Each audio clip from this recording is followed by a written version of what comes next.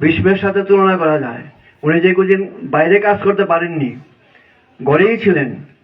আমরা কিন্তু, বিশেষ করে আমার যত সমস্যাদি হতো সাংগঠনিক, উনিই ছিলেন আমার গাইড, উনি ছিলেন আমার, মানে ওনার কাছ থেকে আমি নির্দেশনা পেতাম। ওনার দুইটা জিনিস উনি আমাকে আমার বাবার চরণে মানে ছুটে যাওয়ার দুইটা অনুপ্রেরণা উনি ছিলেন। একটা তো রবিশঙ্কর ঠিক বলেছেন, এই যে ধর্ম সমীক্ষা। আমি তো ধর্ম সমীক্ষা আমার এতটা ধারণা ছিল না, আমাকে হাতে ধরে নিয়ে গেছেন, এই চলো তো গৌরাঙ্গ, আমি জগতে গেলাম। ওই স্মৃতি আমার মনে আছে, তাই এগুলো আর বলবো না। ধর্ম সমীক্ষা যাদের হয়েছে তারা জানেন। তো বাবা তো বইয়ে পড়েছি পড়ে, ধর্ম সমীক্ষা বাবা অতীতের সমস্ত সংস্কার কাটিয়ে দেন। তো এইটা আমার, উনি আমাকে একটা আলো দেখালেন। আর বাবা যেহেতু বলেছেন আত্মমোক্ষার্থং জগৎ দিতেছ, তো এই যে সমাজের কাজ করার বা মিশনের কাজ করার, তিনি আরেকটা অনুপ্রেরণা দিয়েছেন। কোন একটা সময় ওরা অসুস্থতার কারণে আমাকে বলছেন, তুমি স্কুলটা দায়িত্ব তুমি নাও। তো এই যে একটা পরম পুরুষের আশীর্বাদে, ওনার অনুপ্রেরণায় এই যে একটা সুযোগ পেয়েছিলাম, মানে আজকে মনে পড়ে আমি যে কত মানে ধন্য। বাবার কৃপাতেই সব হয়, কিন্তু তিনি সর্বাবস্থায় আমার গাইড ছিলেন। আজকে ওনার শ্রদ্ধানুষ্ঠানে আমার মনে পড়ে আর কি একটা কথা, ওই যে কি বলবো, লালন গীতি একটা আছে না, সবাই বলে বয়স বাড়ে, আমি দেখি কমে।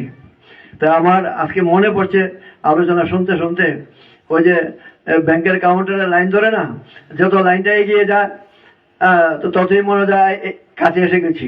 যখন দেখি আমার সামনে আর কেউ নেই, তখন মনে হয় এবার তো আমি সাকসেস। তা আমি যদি বিপরীত ক্রমে ভাবি, আজকে গোপালদা চলে গেল, ঝড়দা গেল, আমি বোধহয় কাউন্টারের সামনেই চলে এসেছি, পরম পুরুষ জানে। তা যাক, তো জানি না, মনে দুঃখ আসে। পরম পুরুষের মিশন পরম পুরুষে চালাবেন। আর ওনার কার্য বিবরণী বলেছেন, গৌরাঙ্গ বলেছেন, রবিশঙ্কর দীর্ঘদিন বলেছেন, তুলনা হয় না। আমরা ওনার শিখে বাগ্য করতে পারি না। উনি তো ওনার সম্বন্ধে যত বেশি বলবো মার্গী হিসাবে মনে হয় যেন ততই কম বলা হবে। আমি আর তো মৃত্যু তো সবার জন্য অনিবার্য। তো আমি মনে করব উনি আমাদের সবারই অনুপ্রেরণা। এখানে আমাদের ননি ভাই আসছেন বিশালগড় থেকে, গৌতম আসছেন, তারা ভক্তি প্রদান। তো তারাও অনুপ্রাণিত হবে ওনার কর্মধারা দেখে। এটাই আমি বলছি। আর আমি তেলে ওনার মার্গীদের বলবো, বর্তমান পরিস্থিতির পরিপ্রেক্ষিতে আমরা যদি বাবাকে ভালোবাসি, জগৎটাকে শ্রদ্ধা করি, তাইলে অন্তত আমরা যাতে অবশ্যই একদম জগৎটাকে অনুসরণ করে আমাদের মধ্যে যেন ন্যূনতম কোনো ভুল বোঝাবুঝি না থাকে। আমরা এগুলি দূর করে আমরা বাবার মিশনের কাছকে এগিয়ে নিয়ে যাব। আমি আর দীর্ঘায়িত করছি না। এই শূন্য স্থান তো পরম পুরুষ কি করে পূর্ণ করবেন জানি না। তো পরম পিতার কাছে ওনার আত্মার সদ্গতি কামনা করে এখানে শেষ করছি। নমস্কার। আচ্ছা, অনেকেই তো বক্তব্য রাখবেন, আমাদের খোয়াই ভক্তি প্রধান, হ্যাঁ, এবং দাদা এবং শিবাইচন্দ্র ভক্তি প্রধান দাদা বক্তব্য রাখবেন, আরো বলবেন। তো আপনারা কিন্তু শেষ পর্যন্ত থাকবেন, আমার বিনম্র অনুরোধ, ওনার প্রতি আমাদের শ্রদ্ধা রেখে বলছি ওনার থাকবেন। তবে একটা কথা বলি আর কি, আমাদের আজকে এই অনুষ্ঠানে আমাদের সংগঠনের প্রেসিডেন্ট দাদা উপস্থিত আছেন। ওনাদের 3:30টায় আছে, ফ্লাইট আছে, তো ওনাদের চলে যেতে হয়। তো ওনাকে একটু বক্তব্য রেখে তারপরে ওনাকে ছেড়ে দেবো, তারপর আপনারা থাকবেন এই আশা।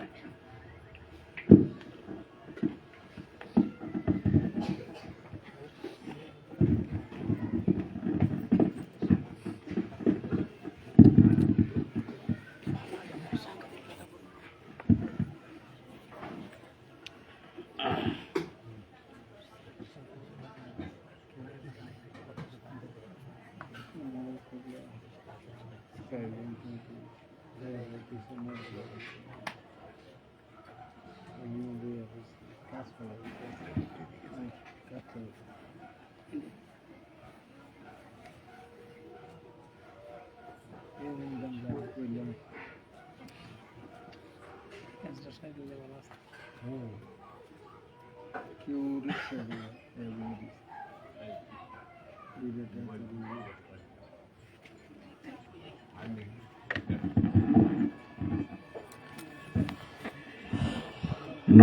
সবাইকে।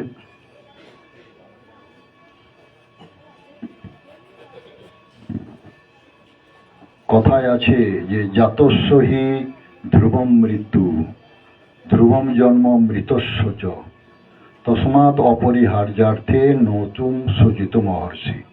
অর্থাৎ জন্মিলে মরিতে হইবে, অমরকে কথা রবে, সবাইকে যেতে হবে। কিন্তু এই যে কঠোর বাস্তব সত্যটা মন মেনে নিতে চায় না। সে যত বড় মাপেরই লোক হন না কেন। রবীন্দ্রনাথ বলেছেন, থাকবে না ভাই, থাকবো না আর, থাকবে না আর কিছু, এই আনন্দে কালের স্রোতে যাও রে পিছু পিছু। মালা বটে শুকিয়ে মরে, কিন্তু যেজন মালা পরে সেও তো নয় অমর। মানে আমরা যত বড় মাপের, যে যত বড় মাপেরই হোক না কেন, যাকে আমরা প্রতিদিন মালা পরাতে থাকি, মালা 2-3 দিন পরে শুকিয়ে যায় বটে, কিন্তু যাকে আমরা মালা পরাই সেও অমর নয়, যেতে হবে। মানে যে এসছে তাকে যেতে হবে, এইটাই নিয়ম। কিন্তু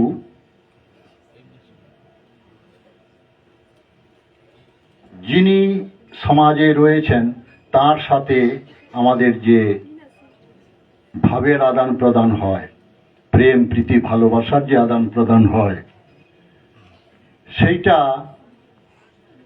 শরীর ছাড়ার পরে ওই আদান প্রদান করার কোনো সুযোগ থাকবে না, এই ভেবে মন এই বিচ্ছেদ বেদনাতে ফুঁপড়ে ফুঁপড়ে কেঁদে ওঠে। যদিও আমরা জানি মানুষের জীবন 3টে, শরীর, মন, আত্মা। তো যদি ভাগ করি তাহলে 33.33%। যখন মানুষ এই শরীর ছেড়ে দেয়,